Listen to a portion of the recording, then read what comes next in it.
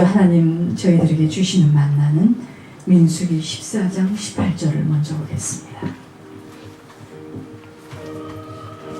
하나님은 이 말씀을 꼭 강력하게 전하기를 원하세요. 민수기 14장 18절입니다. 여호와는 노하기를 더디하시고 인자가 많아 죄악과 허물을 사하시나 형벌받을 자는 결단코 사하지 아니하시고 아버지의 죄악을 자식에게 갚아 3, 4대까지 이르게 하리라 하셨나이다.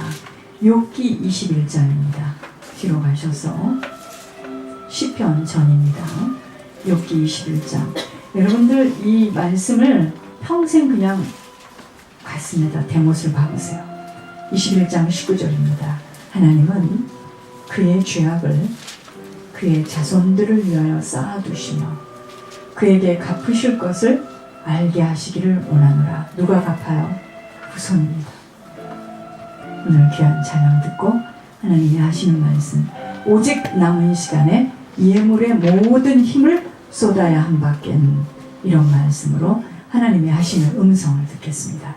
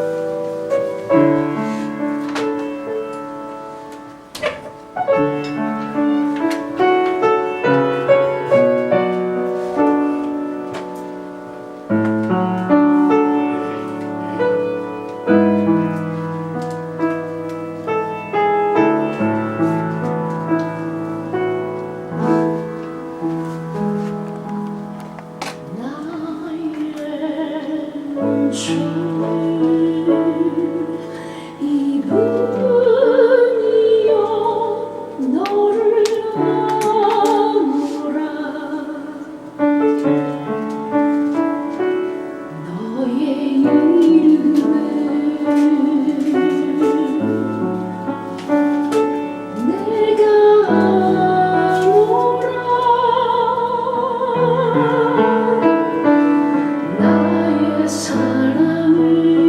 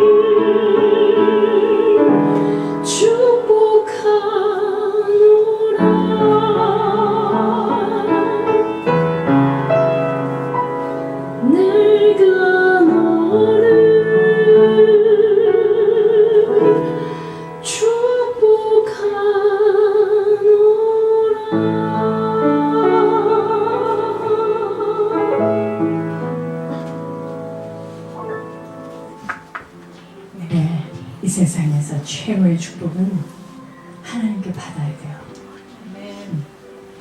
여러분, 오늘 하나님은 아버지의 죄를 반드시 자녀에게, 3, 4대 자녀에게 그 죄를 갚아가기를 원하셔요. 이 영적 태물입니다. 여러분, 아기가 태어났는데 아기가 지금 18일도 안 된 아기인데 부모가 가지고 있는 영적인 것이 아이에게 내려와 있어요. 이것에 대해서 뭐라고 이야기를 하겠습니까? 앞뒤를 분간하지 못하는 아이인데, 여러분, 오늘 2015년 마지막 주일입니다. 한 해 동안 많은 일들 속에서도 주님의 보호하심과 그 간섭하심은 예물의 큰 비밀에 있었어요. 미끄러질 것 같았지만 하나님 붙들어 주시고, 이 다 예물이에요. 고비고비 많은 사건과 일들을 치르게 하시면서 결국은 뭐냐면 우리들의 마음의 밭을 골라내신 거예요. 처음에 돌아가지고 얼마나 낯설고 힘이 들었겠습니까? 그런데 하여튼 지속적으로 하나님 예물을 올리게 하시면서 막 이 혼란스러움이 정리가 되어지는 거예요.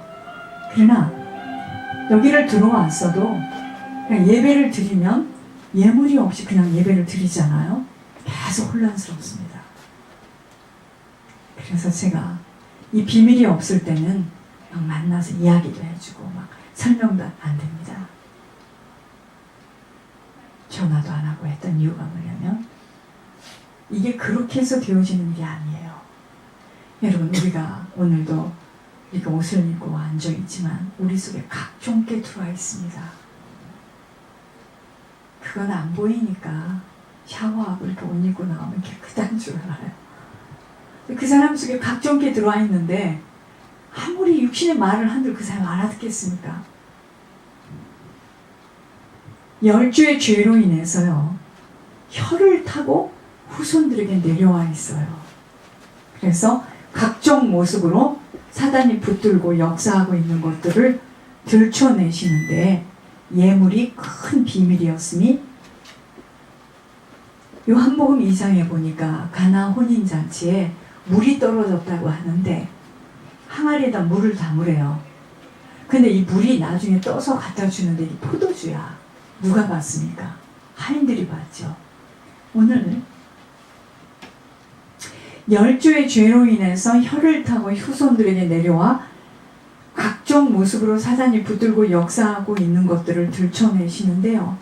예물이 큰 비밀이었으니 물떠온 하인만 포도주의 현장을 체험한 것처럼 예물을 드렸던 사람이 알아요. 본인들이 압니다. 그걸 어떻게 일일이 낱낱이 이해가 됩니까?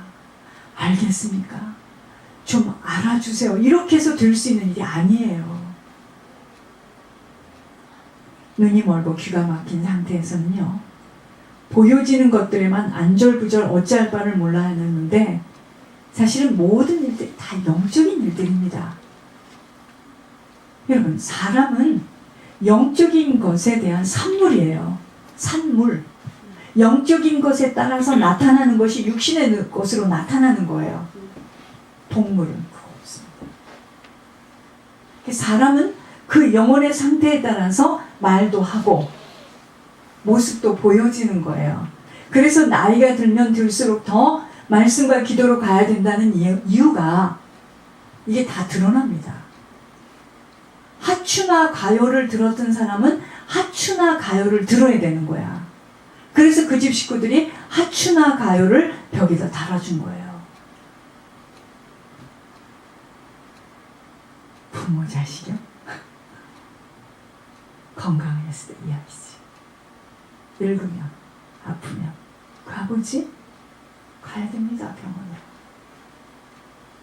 어떻게 그렇게 해요? 어떻게 그렇게 해요? 아무도 그 환자를 돌볼 수가 없습니다. 가야 돼요.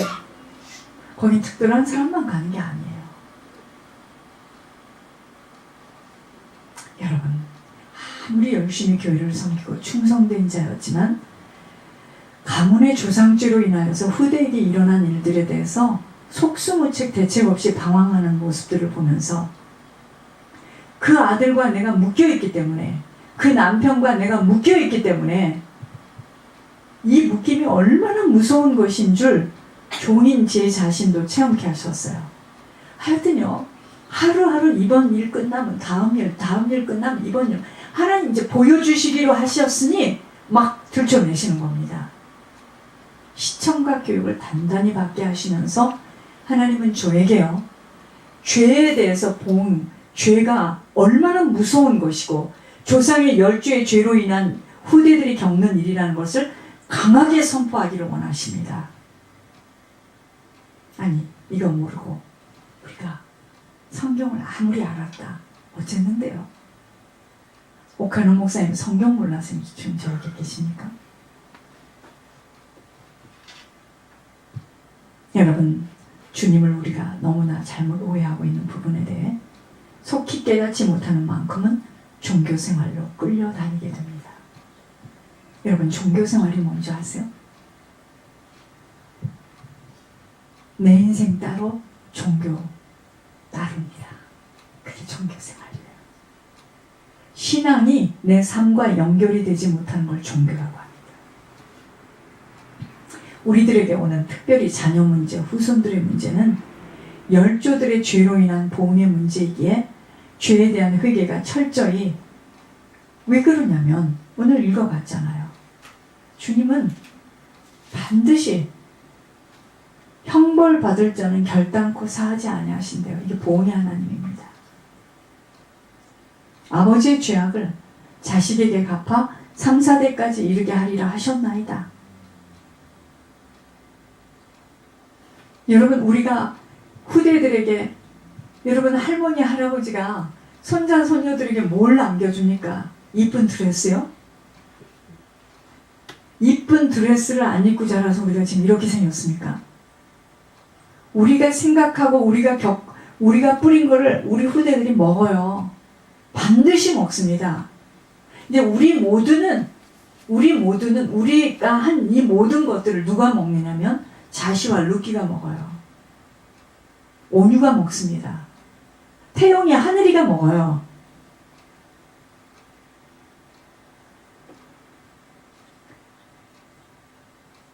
여러분, 죄에 대한 우리가 지속적인 예물과 기도에 없이는요, 여러분, 악령들은요 죄를 잡고 있어요. 나가라고 아무리 해도요, 그래서 회개가 다야. 말로 회개하는 게 아닙니다. 악령들이요 이 죄를 잡고 자정하고 있기에 죄에 대한 심각한 경고와 보응에 대해서 교회에서 밝혀주지 못하고 있는 현실이 사단의 전략입니다. 안타까운 일이에요. 아무리 새벽 예배와 헌신과 전도, 선교의 활동에도 악령들은 합법적으로 들어와 있기에 처참하게 당하고 있어요. 우리가. 이유도 답도 얻어갈 수 없는 어이없이 당하고 있으면서도 교회와 목회자 사랑을 한참 떠벌리지만 자신에게 온 후대 문제에는 어떤 답이 없어요. 그러니까 숨고 있는 겁니다. 수고하고 무거운 짐을 잔뜩 짊어지고 새벽마다 나가서 자기가 기도하는 자리에 가서 혼자 끙끙거리면서 누가 들을까봐. 여러분, 새벽 3시에 나가서 기도하고 5시에 나가서 기도하면 하나님 기뻐하십니까? 개굴 소리 듣기 싫다고 그러셨어요. 예를 들어서요, 사단을 숭배하는 천주교 형식으로 결혼식을 치르고 난 후에 그 가정에는 엄청난 재앙이 들이닥지요. 사단에게 초절하게 당하고서도 왜 그런 일들이 일어났는지를 규명할 수 없어서 자꾸 사람만 원망합니다. 여러분, 영적인 비밀을 모르면요 사람을 원망해요. 그리고 슬퍼합니다. 그 육신에 빼앗긴 것으로. 그러면 이제 그 다음에는 어떡하느냐. 빼앗겼기 때문에 더 움켜쥐고 잘 살아보겠다고 꽁꽁 붙들려 살게 만드는 것. 이게 사단의 전략이에요.